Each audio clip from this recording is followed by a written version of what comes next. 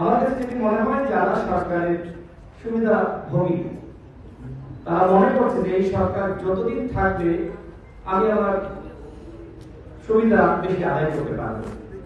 সেই সুবিধা আদায় করার জন্য মূলত তারা সরকারকে আনলিমিটেড সময় দিয়েছে। 26টি দেশে মোটামুটি 6টা দেশ বাদে সব দেশে 1.5 বছর বা কোন দেশে 2 বছরের মধ্যে অন্তর্বর্তীকালীন সরকার তারা নির্বাচন দিয়েছে। কোন কোন দেশে আবার 3 মাস 1 মাসের মধ্যে। যদি সরকার গঠনের সময় রাজনৈতিক দলগুলো আলোচনার ভিত্তিতে ম্যাপটা ঠিক করতো তাহলে এই জটিলতা তৈরি হতো না। তার মানে আমরা ভুল করেছি, আমরা ডক্টর ইউনূসের উপর পুরোপুরি বিশ্বাস করে ভুল করেছি। আমরা মনে করেছিলাম যে তিনি হয়তো যথাসময়ে, যেটা আমরা অতীতে দেখেছি যে 3 মাসের মধ্যে নির্বাচন দিয়েছে, হয়তো তিনি 1 বছরের মধ্যে নির্বাচন দিবেন। এর মাঝখানে যতটুকু সংস্কার ঐক্যমতের ভিত্তিতে হয় এবং বিচারের একটি সঠিক পথ তিনি জাতিকে দেখাবেন, কিন্তু এখনো পর্যন্ত দেখাতে পারেননি।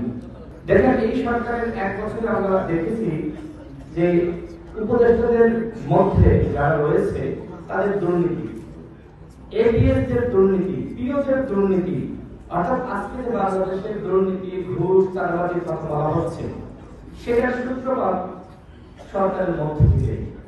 বান্ডেল থাকলে প্রতি সেনমানিতে টাকা বাঁচবে। বিকাশ সেনমানি বান্ডেল কিনে জিতুন প্রতি লেনদেনে। কিন্তু এই দুর্নীতি, ঘুষ, অনিয়ম এর কোনো তদন্ত এই সরকার করছে না। অন্যদিকে সরকার ঠিকই স্বচ্ছতা, জবাবদিহিতা, সংস্কারের আলাপটা আমাদের সামনে হাজির করছে।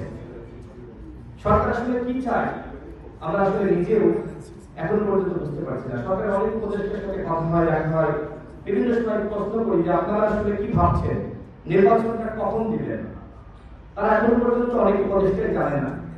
দেবপ্রিয় ভট্টাচার্য যেটি বলেছেন যে সরকারের ভিতরে আরেকটা সরকার, অর্থাৎ ডক্টর মোহাম্মদ ইউনূস সিদ্ধান্ত নিতে পারছেন না সরকারের মধ্যে বা ভিতরে বা উপরে আরেকটা সরকার রয়েছে, যখন অধীন হবে তখন নির্বাচন দেবে।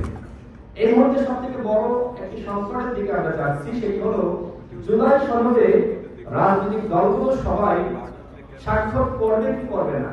ইতিমধ্যে অনেকে হুমকি দিয়েছে যে আমাদের দাবিগুলো বাস্তবায়িত না হলে আমরা জুলাই সনদে স্বাক্ষর করব না। এখন হুমকি, সরকারের উপর চাপ। তো এই চাপ কেন দেওয়া হচ্ছে? হ্যাঁ, আমাদের দাবি দেওয়া ভিন্ন হতে পারে, আমরা আলাদা দল করি, আমাদের মত পার্থক্য থাকবে, কিন্তু এতটুকু আমাদের সবুজের উদয় হওয়া দরকার যতটুকু আমরা ঐক্যমতে আসতে পারি সেটার ভিত্তিতে একটা জুলাই চার্টার বা জাতীয় সনদ তৈরি করা। কিন্তু কোন কোন দল তার নিজের সুবিধার জন্য এই জুলাই সনদে স্বাক্ষর দিবে না, সে বিষয়ে হুমকি দিচ্ছে। আমি মনে করি না যে এইটা আসলে গণতন্ত্রের অংশ হতে পারে।